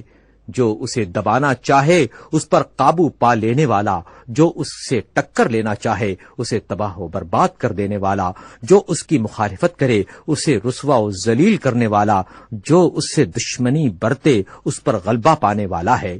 جو اس پر بھروسہ کرتا ہے وہ اس کے لیے کافی ہو جاتا ہے، اور جو کوئی اس سے مانگتا ہے اسے دے دیتا ہے، اور جو اسے قرضہ دیتا ہے یعنی اس کی راہ میں خرچ کرتا ہے وہ اسے ادا کرتا ہے۔ جو شکر کرتا ہے اسے بدلہ دیتا ہے۔ اللہ کے بندو، اپنے نفسوں کو تولے جانے سے پہلے تول لو، اور محاسبہ کیے جانے سے قبل خود اپنا محاسبہ کر لو۔ گلے کا پھندا تنگ ہونے سے پہلے سانس لے لو، اور سختی کے ساتھ ہنکائے جانے سے پہلے مطیع و فرما بردار بن جاؤ، اور یاد رکھو کہ جسے اپنے نفس کے لیے یہ توفیق نہ ہو کہ وہ خود اپنے کو واعظ و پن کر لے اور برائیوں پر متنبہ کر دے، تو پھر کسی اور کی بھی پند و توبیخ اس پر اثر انداز نہیں ہو سکتی۔ امیر المومنین حضرت علی علیہ السلام کے خطبات عالیہ نہج البلاغہ۔ نہج البلاغہ کا خطبہ نمبر 64۔ صفین کے دنوں میں حضرت علی علیہ السلام اپنے اصحاب سے فرمایا کرتے تھے۔ ارشاد امیر المومنین علیہ السلام ہے: اے گروہ مسلمین، خوف خدا کو اپنا شعار بناؤ، اطمینان و وقار کی چادر اوڑھ لو، اور اپنے دانتوں کو بھینچ لو، اس سے تلواریں سروں سے اچٹ جایا کرتی ہیں۔ زرہ کی تکمیل کرو، یعنی اس کے ساتھ خود جوشن بھی پہن لو، اور تلواروں کو کھینچنے سے پہلے نیاموں میں اچھی طرح ہلا جلا لو، اور دشمن کو ترچھی نظر سے دیکھتے رہو، اور دائیں بائیں دونوں طرف نیزوں کے وار کرو، اور دشمن کو تلواروں کی باڑ پر رکھ لو، اور تلواروں کے ساتھ ساتھ قدموں کو آگے بڑھاؤ، اور یقین رکھو کہ تم اللہ کے روبرو ہو۔ حضرت علی علیہ السلام ارشاد فرماتے ہیں: اور رسول اللہ صلی اللہ علیہ وآلہ وسلم کے چچا زاد بھائی کے ساتھ ہو، بار بار حملہ کرو اور بھاگنے سے شرم کرو، اس لیے کہ یہ پشتوں تک کے لیے ننگ و آر اور روز محشر جہنم کی آگ کا باعث ہے۔ خوشی سے اپنی جانیں اللہ کو دے دو، اور پر اطمینان رفتار سے موت کی جانب پیش قدمی کرو، اور شامیوں کی اس بڑی جماعت اور تنابوں سے کھچے ہوئے خیموں کو اپنے پیش نظر رکھو، اور اس کے وسط پر حملہ کرو، اس لیے کہ شیطان اسی کے ایک گوشے میں چھپا بیٹھا ہے، جس نے ایک طرف تو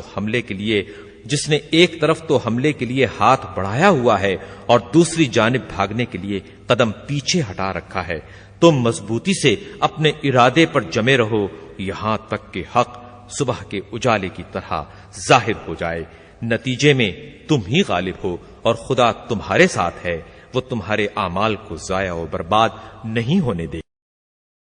نہج البلاغہ کا خطبہ نمبر 65۔ پیغمبر اکرم حضرت محمد مصطفیٰ صلی اللہ علیہ وآلہ وسلم کی رحلت کے بعد جب ثقیفہ بنی سعد کی خبریں حضرت علی علیہ السلام تک پہنچیں تو آپ نے دریافت فرمایا کہ انصار کیا کہتے تھے۔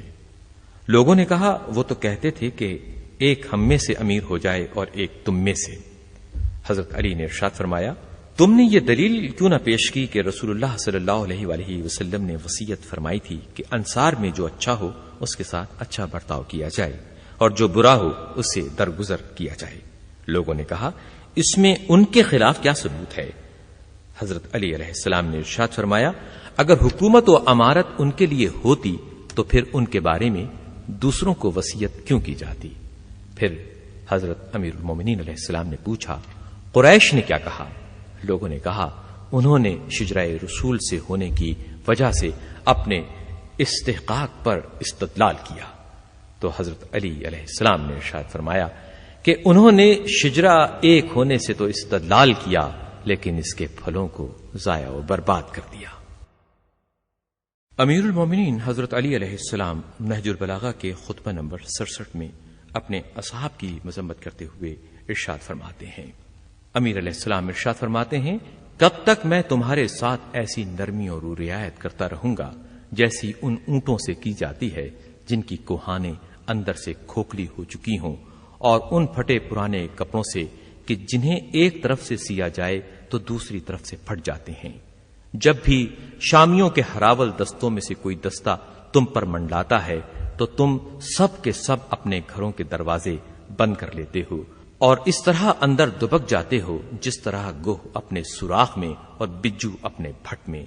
جس کے تمہارے ایسے مددگار ہوں اسے تو ذلیل ہی ہونا ہے۔ جس پر تم تیر کی طرح پھینکے جاؤ تو گویا اس پر ایسا تیر پھینکا گیا جس کا سوفار بھی شکستہ اور پیکان بھی ٹوٹا ہوا ہے۔ حضرت علی ارشاد فرماتے ہیں، خدا کی قسم گھروں کے صحن میں تو تم بڑی تعداد میں نظر آتے ہو، لیکن جھنڈوں کے نیچے تھوڑے سے۔ میں اچھی طرح جانتا ہوں کہ کس چیز سے تمہاری اصلاح اور کس چیز سے تمہاری بزدلی کو دور کیا جا سکتا ہے، لیکن میں اپنے نفس کو بگاڑ کر تمہاری اصلاح کرنا نہیں چاہتا۔ خدا تمہارے چہروں کو بے آبرو کرے اور تمہیں بدنصیب کرے۔ جیسی تم باطل سے شناسائی رکھتے ہو ویسی حق سے تمہاری جان پہچان نہیں، اور جتنا حق کو مٹاتے ہو باطل اتنا تم سے دبایا نہیں جاتا۔ امیر المومنین حضرت علی علیہ السلام نہج البلاغہ کے خطبہ نمبر 68 میں ارشاد فرماتے ہیں، یہ کلام شب ضربت سے متعلق ہے۔ حضرت علی علیہ السلام نے یہ کلام شب ضربت کی سحر کو ارشاد فرمایا۔ آپ فرماتے ہیں، میں بیٹھا ہوا تھا کہ میری آنکھ لگ گئی، اتنے میں رسول اللہ صلی اللہ علیہ وآلہ وسلم میرے سامنے جلوہ فرما ہوئے۔ میں نے کہا، یا رسول اللہ، مجھے آپ کی امت کے ہاتھوں کیسی کیسی کجرویوں اور دشمنیوں سے دوچار ہونا پڑا ہے۔ تو رسول اکرم صلی اللہ علیہ وآلہ وسلم نے ارشاد فرمایا کہ تم ان کے لیے بد دعا کرو۔ تو میں نے صرف اتنا کہا کہ اللہ مجھے ان کے بدلے میں ان سے اچھے لوگ عطا کرے اور ان کو میرے بدلے میں کوئی برا امیر دے۔ حضرت علی علیہ السلام نہج البلاغہ کے خطبہ نمبر 69 میں اہل عراق کی مذمت کرتے ہوئے ارشاد فرماتے ہیں، اے اہل عراق، تم اس حاملہ عورت کے مانند ہو جو حاملہ ہونے کے بعد جب حمل کے دن پورے کرے تو مرا ہوا بچہ گرا دے اور اس کا شوہر بھی مر چکا ہو اور رنڈاپے کی مدت بھی دراز ہو چکی ہو اور قریبی نہ ہونے کی وجہ سے دور کے عزیز ہی اس کے وارث ہوں۔ بخدا میں تمہاری طرف بخوشی نہیں آیا بلکہ حالات سے مجبور ہو کر آ گیا۔ مجھے یہ خبر پہنچی ہے کہ تم کہتے ہو کہ علی کذب بیانی کرتے ہیں، خدا تمہیں ہلاک کرے۔ بتاؤ میں کس پر جھوٹ باندھ سکتا ہوں؟ کیا اللہ پر؟ تو میں سب سے پہلے اس پر ایمان لانے والا ہوں۔ کیا اس کے نبی پر؟ تو میں سب سے پہلے ان کی تصدیق کرنے والا ہوں۔ حضرت علی علیہ السلام ارشاد فرماتے ہیں، خدا کی قسم ایسا ہرگز نہیں، بلکہ وہ ایک ایسا انداز کلام تھا جو تمہارے سمجھنے کا نہ تھا اور نہ تم میں اس کے سمجھنے کی اہلیت تھی۔ خدا تمہیں سمجھے، میں تو بغیر کسی عوض کے علمی جواہر ریزے ناپ ناپ کرتے رہا ہوں۔ کاش کہ ان کے لیے کسی کے ظرف میں سمائی ہوتی۔ ٹھہرو، کچھ دیر بعد تم بھی اس کی حقیقت جان لو گے۔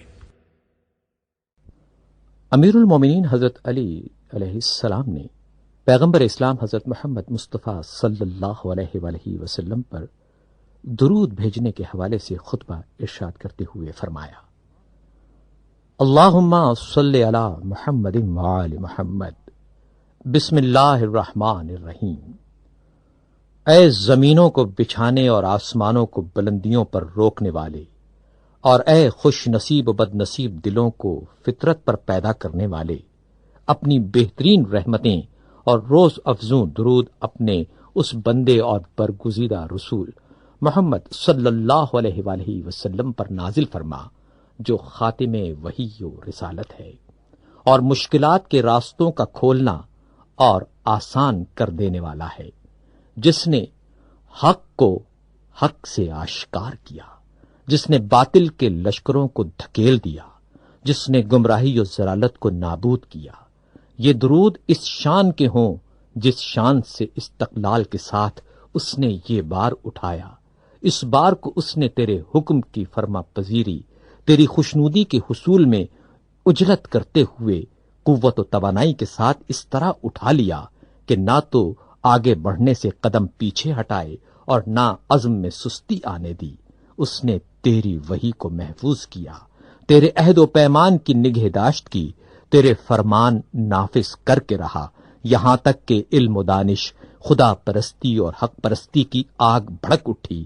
غلط راستوں کے چلنے والوں پر حق کا راستہ کھل گیا، گناہوں اور فتنوں میں ڈوبے ہوئے دل و دماغ اس کے طفیل میں ہدایت پا گئے، اور انہوں نے واضح نشانات کو قائم کیا اور نورانی احکام جاری فرمائے۔ وہ تیرے اسرار و رموز کے امین، اور قیامت کے دن نیکوکاروں اور بدکاروں پر تیری جانب سے شاہد اور گواہ ہوں گے۔ وہ سچائی کے ساتھ تیرے بندوں کی طرف تیری طرف سے بھیجے ہوئے رسول تھے۔ بار خدایا، اپنے سایہ رحمت میں تو انہیں بہت بڑا حصہ عطا فرما، اور اپنے فضل و کرم کے بیش از بیش حصے سے سرفراز کر۔ ان کے دین کی شان کو تمام بانیان دین کی عمارت سے بلند و بالا کر، اور ان کے درجہ و منزلت کو اپنے نزدیک گراں قدر قرار دے، اور ان کے نور کو اور کمال تک پہنچا، تاکہ تمام دنیا اس سے بہرور ہو۔ مقبول گواہی، اچھے کلام، قول فیصل کے اعتبار سے انہیں بہترین جزا دے۔ بار خدایا، ہمیں اور ان کو خوشگوار زندگی، دائمی نعمتوں، آرام انگیز خواہشوں، انتہائی سکون اور کرامت و شرف کی منزل میں شریک کر دے۔ حضرت کا قرب نصیب فرما۔ اللہم صلی علی محمد وآل محمد۔